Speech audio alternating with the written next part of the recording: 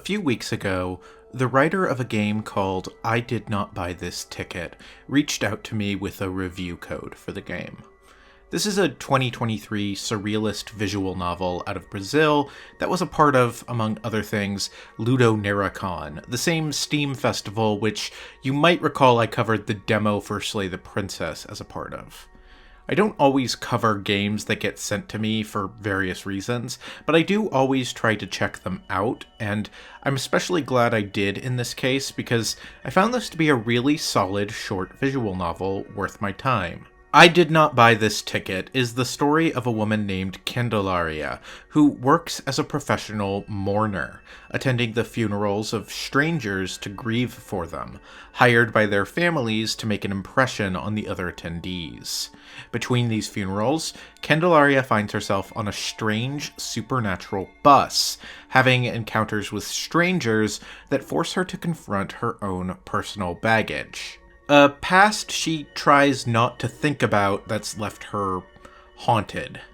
I'll be honest, this game is not scary. There's one kind of scary scene in the entire game, but for the most part this is much heavier on the surreal than the horror, although it does bill itself as a psychological horror game. I don't think it's a bad thing that the game isn't scary, just that you should know what to expect going in. The game has a really wonderful sort of clip art style that really adds to the surreality.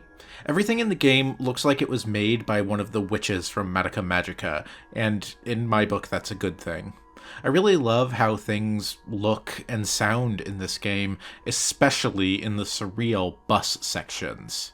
What really works for me here, though, is what I Did Not Buy This Ticket has to say about grief.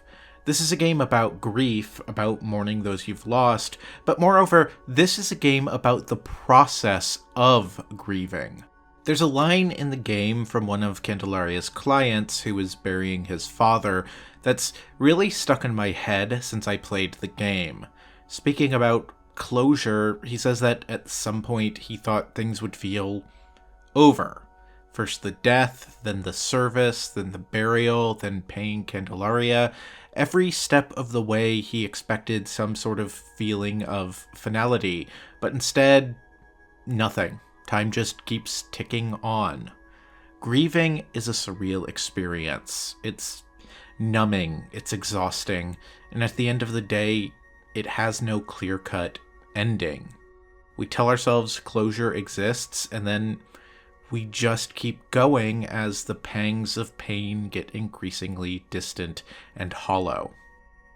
Something that I Did Not Buy This Ticket stresses, a part of the experience of grieving that only serves to make it more surreal, is the performative aspect of grief.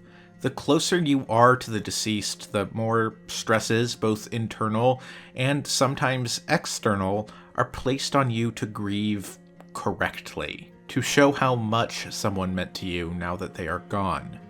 Funerals are a place for speeches, after all. One of the few brushes with public speaking the average person will have in their lifetime. That's why someone would hire a person like Candelaria, a professional mourner, to show everyone just how much their departed loved one meant. Professional mourners are a real thing, by the way. They historically date back to at least ancient Egypt, and some are still in practice today. I Did Not Buy This Ticket is also a personal story about Candelaria, and about distracting yourself from your own pain. Candelaria weeps for strangers, performs this act of grieving for people she's never known, but as you play through the game, it becomes clear that she has her own grief that she can't deal with. It is here where I Did Not Buy This Ticket asks the difficult question of how we grieve for those we have a complicated or even outright hostile relationship with. Candelaria is grieving for others because it is simple. It is a performance without emotional attachment. The strange bus she finds herself riding throughout the game will force her to confront the things she's running away from. What I like about the game, though, is that it doesn't judge the decisions you make in how you choose to have Candelaria confront her grief. It doesn't say what the right choice and the wrong choice are, and it even says outright that what the way you choose to grieve means is up to you. It only says that avoiding that grief entirely is no way to live at all. It also acknowledges that grief changes us. When you go through a period of true mourning, especially the first death of someone close to you, it changes you. Not always dramatically. I'm not saying everyone who has ever lost someone has had a radical personality shift overnight, but it's the sort of life event that forces you to walk away as someone new. Not better or worse per se, but different. I don't want to say too much more about the game because it's not very long, and if you're a certified visual novel enjoyer, I think you should play it. At the time of writing, I've played through I Did Not Buy This Ticket 3 times. Each playthrough will take you somewhere in the neighborhood of 30 minutes to an hour. There are a lot of endings you can find, judging from the gallery that unlocks different pictures based on which ending you get, and I do think the game is worth playing through a few times to see different iterations of the story, but it's not exactly Slay the Princess. Each playthrough does change, but the major plot beats, the major sequences, even a lot of the dialogue is going to remain unchanged. That's fine, that's not a problem. I just don't personally see myself wanting to play through the game a dozen times to see every little variant, since so much of the game is the same each time. I was primed to like this game. Without oversharing, this is a game about grief, and I've been going through my own grief mourning a loved one for the past year. A lot of what this game has to say spoke to me because of that. I'm not saying that you shouldn't bother with the game unless you've recently lost someone, of course, only that I think that's special. I think there's something truly special about art that can provide catharsis in the most difficult times of life. I'm truly glad this crossed my desk. I'm truly glad I played it, and I think you should too. Thank you to everyone watching. If you follow my channel and have seen my updates in various places, you'll probably notice that this video is not about Lies of P, which is weird because I've been teasing a big multi-hour Lies of P video for weeks.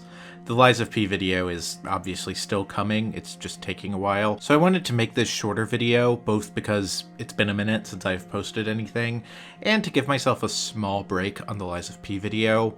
Sometimes just making something beginning to end is a good way to get the creative juices flowing. Hitman fans, I know it's been a while since my last Hitman video at this point, so quick update, the script for the Miami video is just about done, and my current plan is for that to be the next major video once this Lies of P one is done.